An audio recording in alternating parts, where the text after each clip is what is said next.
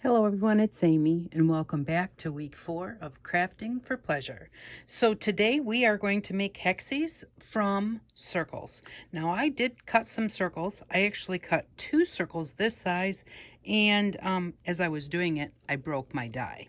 So the next closest circle die that I had was this one. So this is the size we're going to make today. And this circle is approximately 4¼ inches across. This one is 3 inches across.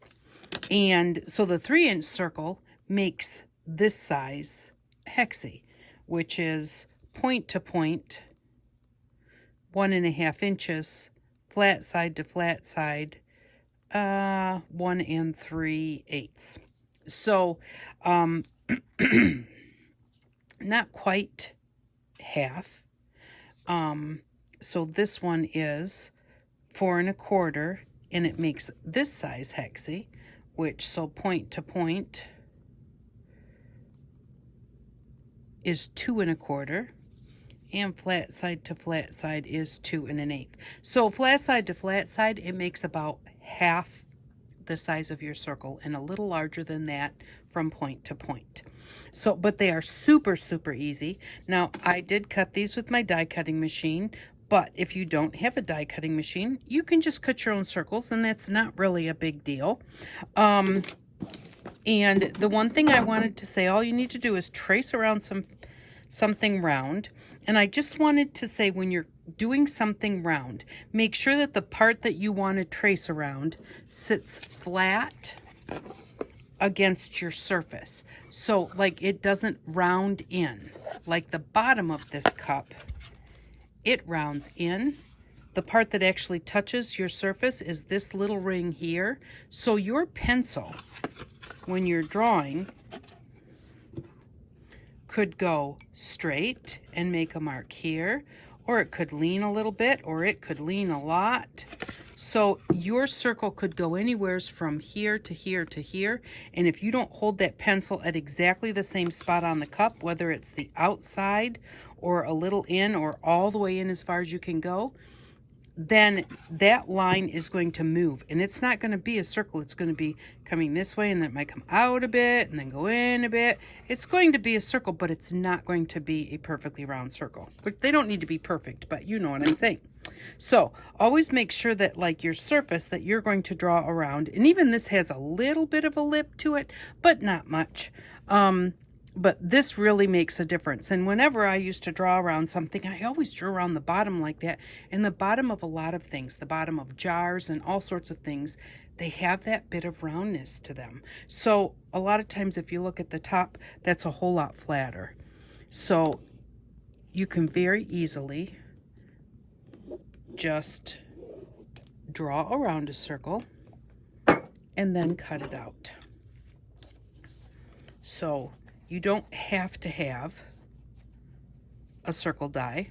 And this is the size that I can make now because that's the smallest circle die that I have. I like this size actually, kind of. But in order for me to get that size, I'm going to have to find something that is more this size of a circle, because otherwise I'm not going to get it. Now, the one thing that's nice about these is you don't have to worry about the raw edge. You don't have to turn the edge in when you're making them. And technically, there's kind of no sewing. I use a glue stick to put them together at the very end. So there we go. There's our circle. We'll keep that scrap for something else. Now, you need to find the center point. And to me, if you're going to make a lot, the best way to do it is to, and I'm going to do it for this size circle because I want, let me see here. I think that one of these is a little heavier. Here's 3 of them put together. That's a nice heavy. All right. I was going to hold it and cut around it, but I think I better trace around it, because if I try holding it, I very possibly will let it move. Now, this doesn't have to be absolutely perfect either. We want to find the center of this circle And I'm going to use this over and over, which is why I'm going to take the time to actually do one right now, because I need to make more than one hexie. So I might as well show you how I do it, especially if I'm making a bunch. If you're only making one, I'll show you how to find the center without having to do this. But if you're going to make a bunch, it's nice to have this little template. All right, so how you're going to find your center is you're going to fold your circle in half, and then you're going to fold your circle in half. Now, I've seen people do this, and this is not my idea. I saw this on YouTube a long time ago. But I've seen people do this and really crease their fabric really well so they can see that center point. You know, I've tried that and I've never really had a whole lot of luck. Like, they would be able to see their creases just like this on the fabric, which you can, but then they could see their center point. To me, I like to have my center point on there. So what I'm going to do is I'm going to fold that back up. I'm going to take the tiniest, and when I say the tiniest, I really do mean the tiniest little snippet off that point. You think you need more than just that little teeny tiny bit. Not even sure where it went. I can't even show you what I cut off, but there's your hole. And that's all you want, is a hole right in the center. So the bigger you cut it, the bigger that hole is, and then you're not necessarily right in the center. So make yourself a template, and we're going to do this one. And we'll do this one the way that I was just telling you about, where people, they really press that seam right there in the center, and then they open it up and put seam to seam to make sure that it's straight, and then they go like that, and then that gives them, right there is the center point.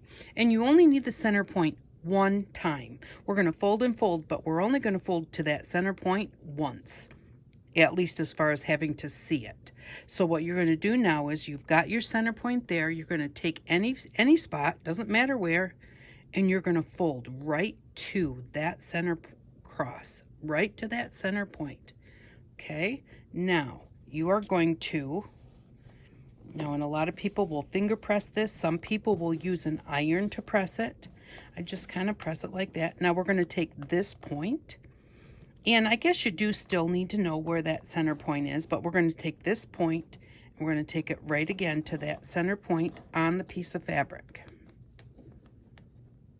Right to there. And then press that down. Come over to this point over here. Pick it up. Take it right to that center point. Press it down. And like I said, you can use an iron if you want to. Come out to this point here. And you want to get as close to that center point as possible, because it makes a difference at the end. The very last one will line up better if you do it carefully. So again, we're going to take this right to that center point, and we should have a point left right here. Then we'll know that we did it, that we were pretty careful and we pretty much got to that center point each time. Didn't press that one very well. Take that right up to that center point, and look at there. We're pretty darn close. So I'm just going to kind of move that in just a little bit, because you don't want a wide spot there. So you want to really make that a point, even if you have to move it over a little bit. If there's a wide spot there, and what I mean by that is, if it doesn't line up quite right and you wind up with something like this, now that's a point. I mean, it kind of looks like a triangle, but that's not a point. If it's that wide, you definitely probably need to unwind it and do it again. But if you're super close, which that one, when I first started, I was pretty darn close. There was barely any flat spot there. I just moved it up just a little bit, and that gave me that point, because that one shows. So you really want that one to be as close to a point as it possibly can be. And now what we're going to do, this is what I do. I use a little bit of stick glue. You don't want a lot, because you're eventually going to sew through this. Well, maybe, probably, but you do want to just take that point and take it right. My thing moved a little bit. Take it right to the center. Just like that. And there we go. Now we've got a hexie. Now on the folded side, you've got under, or this one is on top, this side is under, this one is on top, this side is under, until you get all the way to here. This one is on top, and this one is on top. Your very last one does fold just a touch differently. It doesn't go underneath, but unless somebody's looking really closely to try and find that, they're not going to find that. And that's the way that this does work. So, and then you can put something in the middle, like here. I just sewed on a button, and then I just tied a little tiny bow with the actual thread that I sewed it on with. When you do that, usually you're going to wind up with something on the back, so you would want to sew something onto the front if the back is going to be hidden. Or be careful, like you can't hardly see that, and even if you can, that little green stitch looks cute. So but that's something that you want to think about, is if you're going to have the back show, what do you want showing there in the middle? You could also take a button and put it here, and put another button on the other side and go through this one and then through the other one, and then come back through and sew them both on at the same time, one on each side if you wanted to. But I normally do not do this kind of thing until I'm ready to use my hexie. Now, on this one, when I put this pink hexie on here, well, then I wanted to have a pink button, because we had this pink here and we had these lighter colors, but then we had all of this darkness, and so I wanted lightness here. So I wanted to have a pink or a green. I couldn't find a green that I liked, but I liked that button. And then I sewed it on with the same thread that I used here.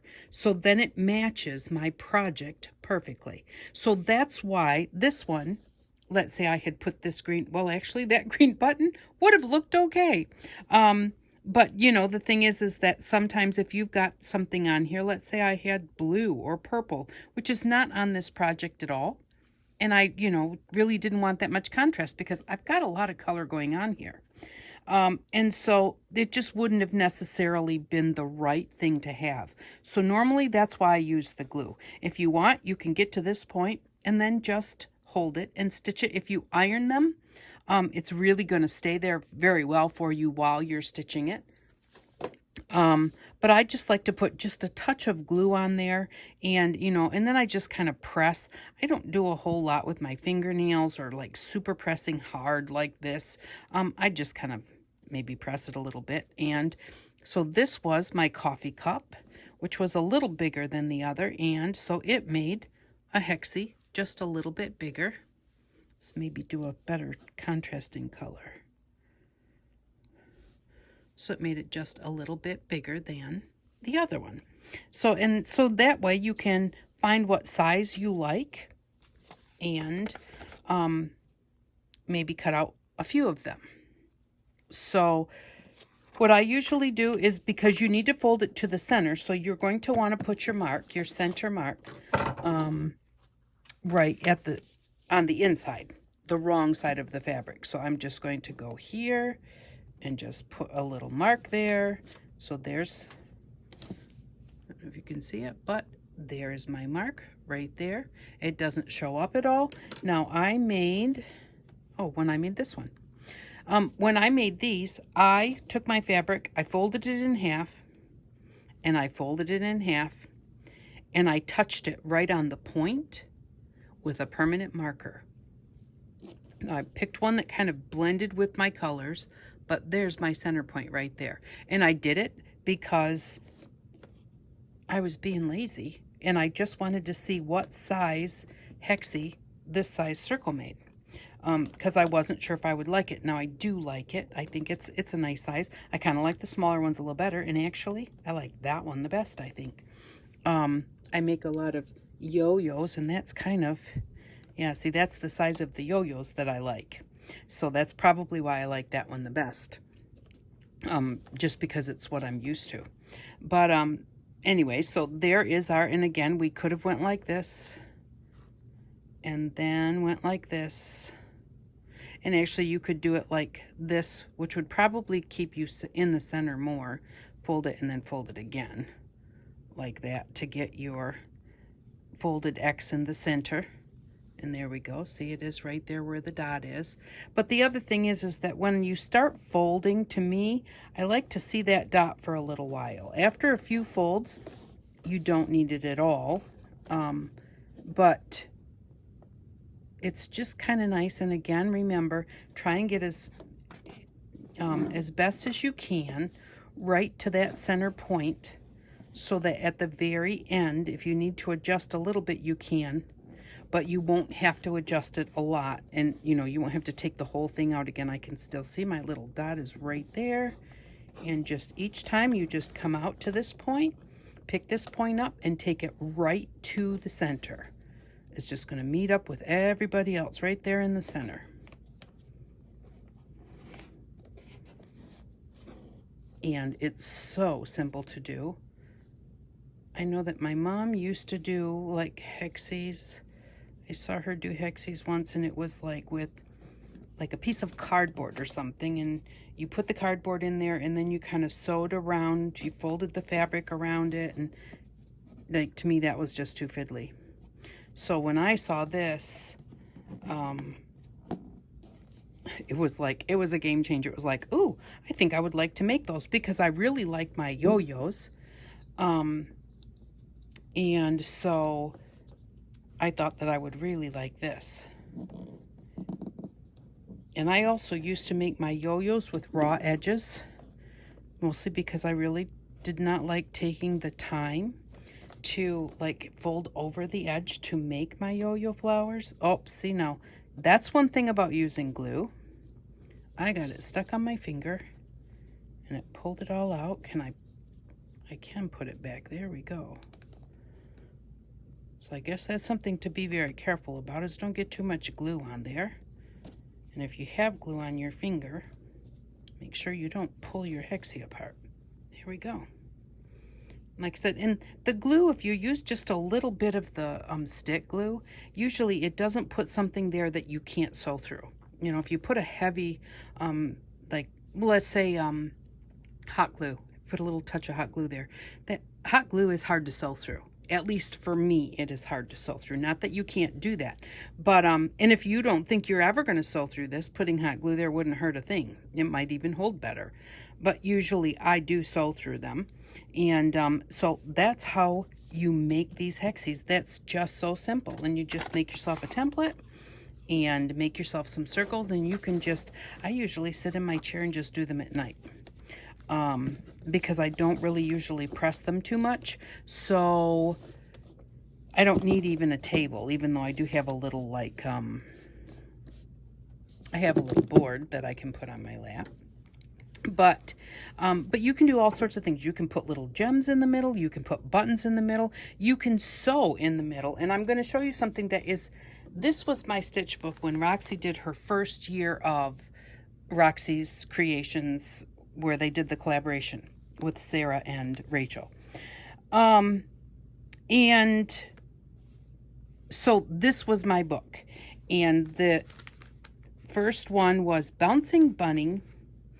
And so here was my Bouncing Bunny, and I absolutely loved it. It took the whole month because I like embroidered all of this, and you know, you have to figure your things out, but it was really fun. The next month I used yo-yos. I had yo-yos there, and they would fit perfectly on my page. So I thought, that's what I'm going to do. So I did. I put my yo-yos together, but it was flowers. It was a neutral background and fancy flowers. So I put them on and then put flowers on each one. This is my absolute most not favorite of this whole book. I did not like what I did to them, but it's what I did, and I had already started it, and so I went ahead. But look, you could make a book cover with these Hexies. You could just hook them together and make a book cover with them, or a book page, or whatever. It's like, they're so pretty. You can make a wall hanging. You know, if you sew them together, You'd have to sew them well in the center because you don't want them coming apart. I would think you'd need to maybe even sew around the outside. You could make a quilt. If you're going to do something that's going to be washed, you're going to want to be careful as to you're going to think about your stitching.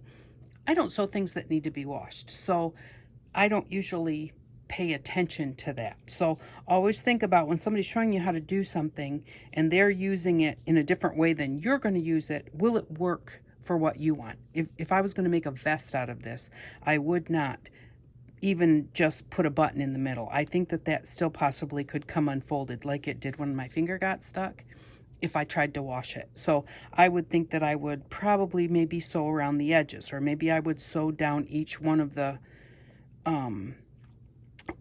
edges to hold it down or something like that if I thought I was going to wash it. But you know, but here I stuck a little, now we don't have a center there, but you could put one of the fancy gems on the outside at the point. You know, you can put things on them. So, you know, like I said, this one really is my most unfavorite page, and I wasn't going to show it to you, but I thought, you know, just to show you it's something you can do. And how do you sew them together?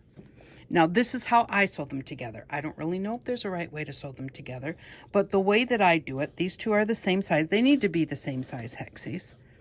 And if you're a perfectionist, they need to be perfectly aligned. I'm not a perfectionist, so you just want them to be pretty close. But doing a blind stitch, the first thing that I'm going to do is I'm going to go up in this little crease here to hide my knot. I just have a thread here with a knot on the end, and I'm going to go right up here, right close to the corner. I'm going to hide my knot in there. Now I'm going to put face side to face side. And then what you're going to do a hidden stitch is you're going to come across and you're going to go into the fold. You need a fold to do this hidden stitch. You're going to come straight across from where your thread comes out. I should have used a darker thread.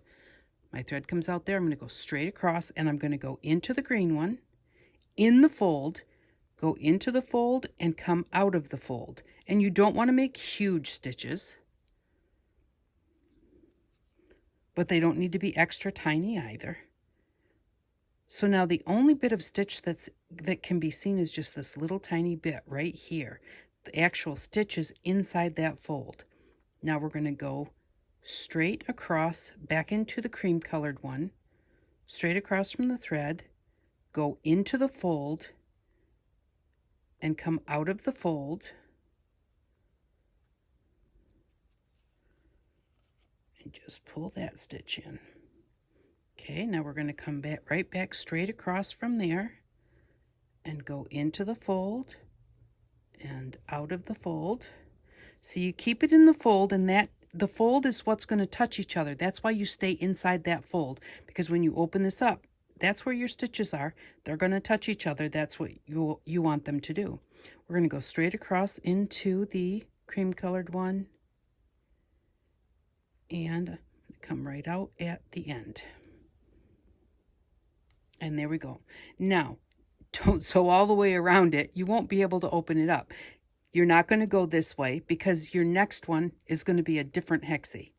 So now when you open that up, I'm going to kind of pull on this a little bit so you can see those threads. Can you see them there? And just going to give it a pull, because see, now you can't see those threads. And now look at how nice and tight that is together, because you just sewed it together that way. So now what you're going to do is, I like to knot it right here. I came out of the cream colored one. I'm going to go into the green one, right in that corner, come right into the corner of the tan one,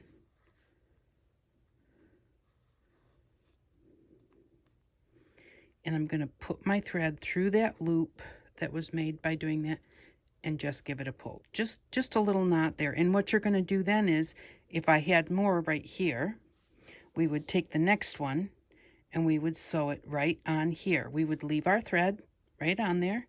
We would take the next one, put it right on there, and do the same thing. We would just go into the orange one, into the fold, come straight across, into the fold, straight across, and just keep doing that. And then you would open that one up. And then what you would do is it would be sewn right here, and then you would fold it this way and do the same thing right here. Okay, now we can't use that one because it's not the right size. That is, you have to use the same size Hexies when you're doing that.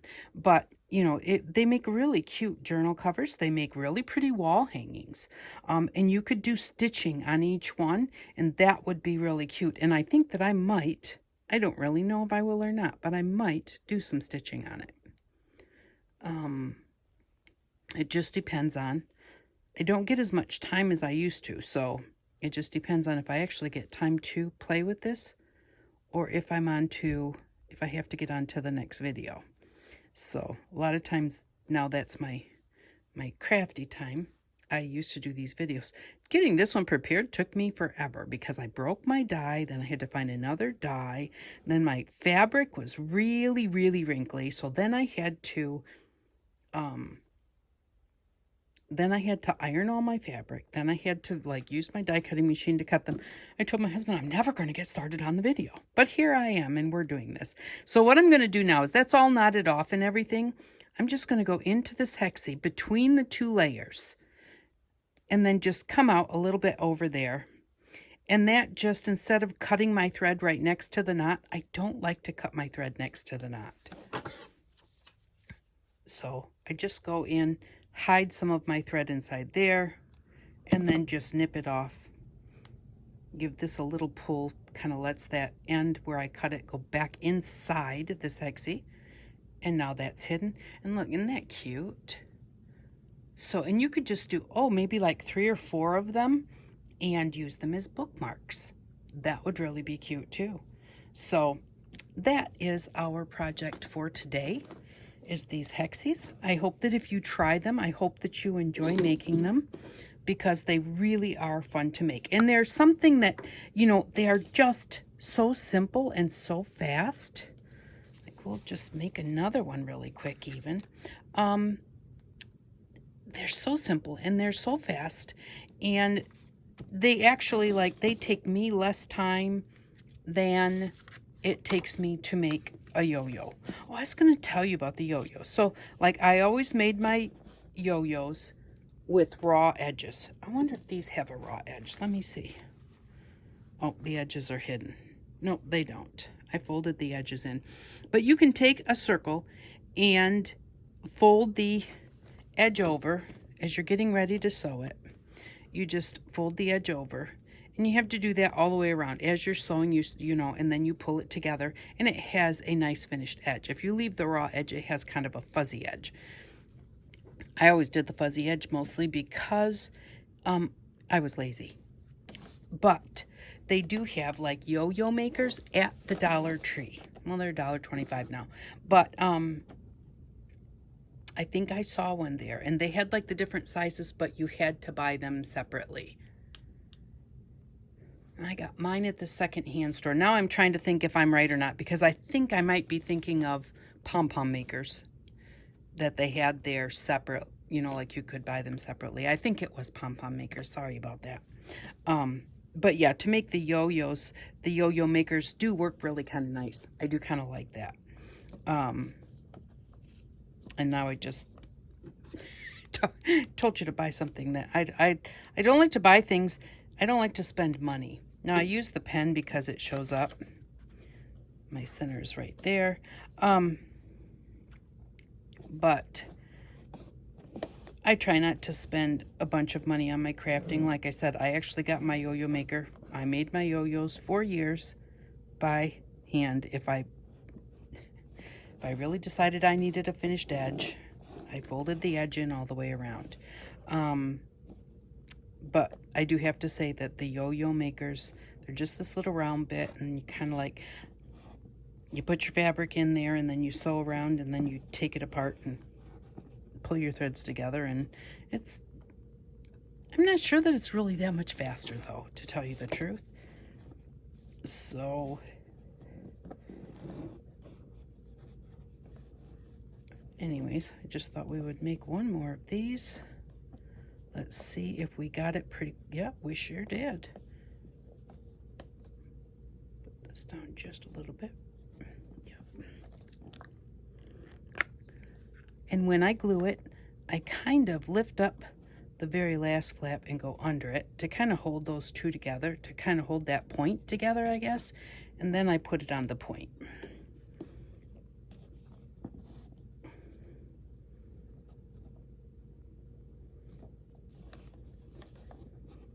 And like I said, if you're ironing it, and if you're ironing it, I think you need to iron it like as you go. You know, as you make your folds, just give it a little quick zip on each one of those little, at each fold. But there we go. There's another one, and it doesn't want to stay down, so I'm going to just pull a little bit of that in there. Hopefully I didn't move it too much.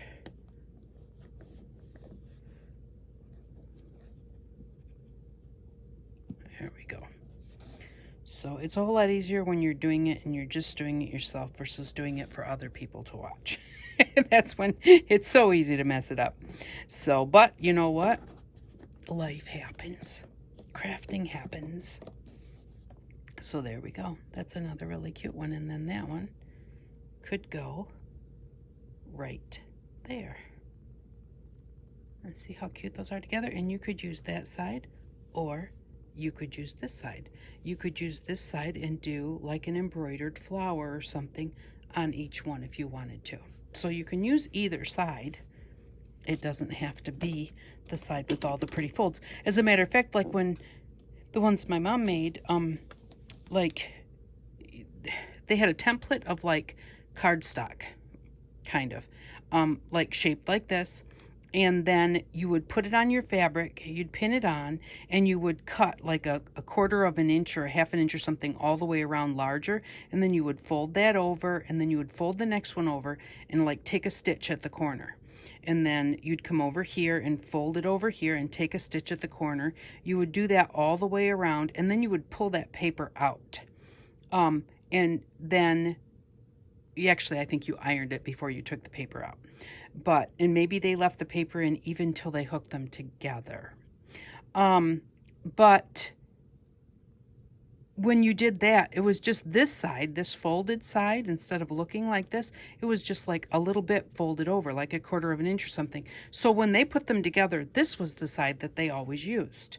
So, but now with this way, it looks cute on this side. To me, this kind of looks, it reminds me of the yo-yo flower. You know, with the folds in it and the gathers here. So I kind of like think of this as the front side, but really I think like when people were paper piecing, this was actually the correct side. So you can use it either way. But so thank you very much for stopping by. If you have any suggestions, if there's anything that you want to see, please let me know. And I am going to try and be back here each week on Saturday, and then if I have a little something here or there, I'll put those up midweek. So if you want to make sure that you see everything, make sure that you click the bell. I think sometime this week, and I'm not 100% positive, but I really want to try either that or it'll come out next week after Saturday, a DIY thread, multicolored threads. So I have made my own, and it came from like some thread that I had that I couldn't use. And so this is what I did with it. And now I do it like for different things. But yeah, so if you click the bell, when that comes out, you'll be able to see it, because those ones, it's not long enough to do a real tutorial on. And so it's just going to be a quick snippet kind of. So if you click the bell, you'll be able to see it when it comes out, because that's a fun one. Or just look for it. If you don't want to click the bell, just look for it in the next couple of weeks. I'll have it up. So thank you very much for stopping by. I really do appreciate each and every one of you. I really have missed doing this, and I've really missed you. So thanks again. I really appreciate you. And I hope that you all have an outstanding day. Bye-bye.